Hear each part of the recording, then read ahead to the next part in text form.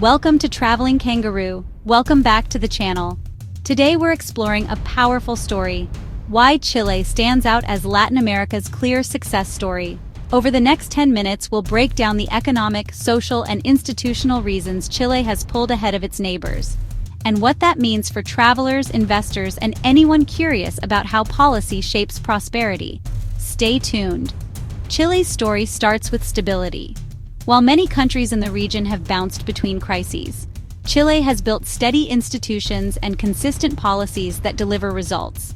That stability shows up in everyday life: functioning public services, predictable currency and prices, and safer streets.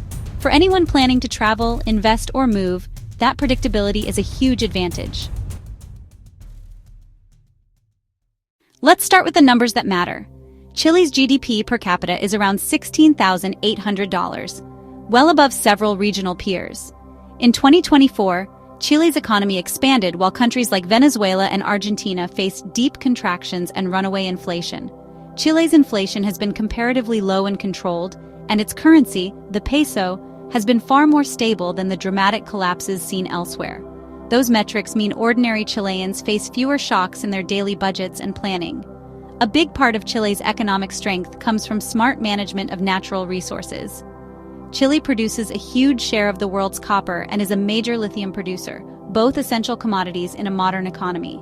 Rather than letting resource wealth cause instability, Chile has used mining exports to fund infrastructure and public programs.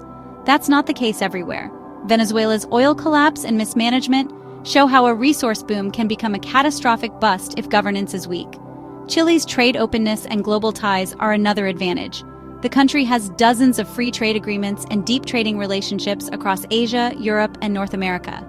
This sprawling trade network spreads risk across many markets, and that makes Chile less vulnerable when one partner slows down. For travelers, this means more international investment in tourism, better airport connections, and higher quality services in cities like Santiago. Public safety and rule of law are critical for both visitors and residents. Chile's homicide rate, roughly in the mid-single digits per 100,000, ranks among the lowest in the region. Compare that to countries grappling with gang violence, states of emergency, or very high murder rates. Safer streets make cities more livable and more attractive for foreign visitors and businesses. As you walk around Santiago or Valparaiso, you'll notice that daily life operates with a level of order and predictability that can be rare in the region. Chile's social indicators are strong as well. It boasts one of the highest Human Development Index scores in Latin America, with high life expectancy, low infant mortality, and near universal literacy. Chile's universities consistently rank among the best in Latin America, producing professionals and innovators who help the country modernize. For families thinking about education or long-term relocation, these metrics matter. Energy and innovation are areas where Chile stands out. The country has aggressively expanded renewable energy, solar, wind, and geothermal, and aims to keep increasing that share of its grid. Santiago operates one of the largest electric bus fleets outside China, and Chile hosts sizable solar and concentrated solar power installations. These investments improve urban air quality, reduce dependence on fossil fuels, and signal to investors that Chile is planning for a low-carbon future. Tourism and culture also play a role. Chile's geography is famously diverse: the Atacama Desert in the north, the wine valleys in the central region, and Patagonia's dramatic glaciers and fjords in the south. That variety supports a robust travel industry and gives visitors a range of experiences rarely matched anywhere else. Chile's wine industry, for example, has become a global success story. Quality wines that compete in international markets help boost rural economies and attract food and wine tourism. Let's look briefly at governance and international standing. Chile joined the OECD in 2010, a symbolic and practical step that aligned it with advanced economies. It also ranks relatively well on competitiveness and openness indexes, which attracts foreign direct investment. In contrast, countries under sanctions, with frequent defaults, or with broken institutions, often lose global partners and see investment dry up.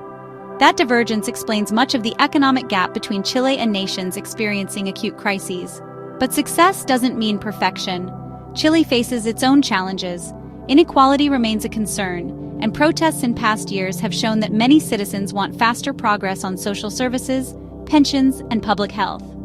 Environmental and indigenous rights issues tied to mining and infrastructure projects require ongoing attention. Still, the combination of steady institutions, careful macro management, and openness to markets gives Chile more tools to address these problems.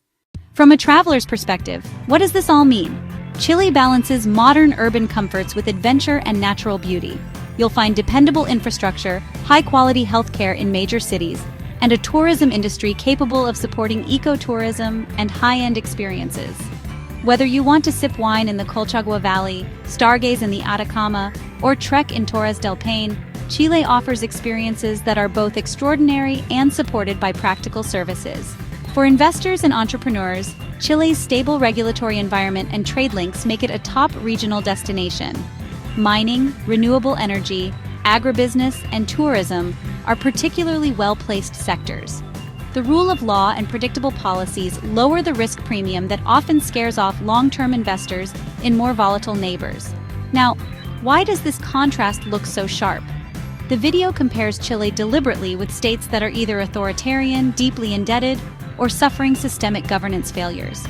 Venezuela's economic and humanitarian collapse produced millions of refugees. Argentina has struggled with repeated financial upheavals and skyrocketing inflation.